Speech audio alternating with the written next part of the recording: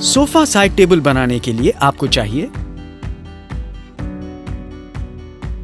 Step 1, design में दिए गए डायमेंशंस के अनुसार साइड टेबल के पार्ट्स को काट लें। स्टेप 2, साइड टेबल के दोनों वर्टिकल्स को Asian paints true grip ultra और नेल्स की मदद से बेस पर जोड़ लें। इसके बाद बैक सपोर्ट को भी साइड टेबल से जोड़ दें।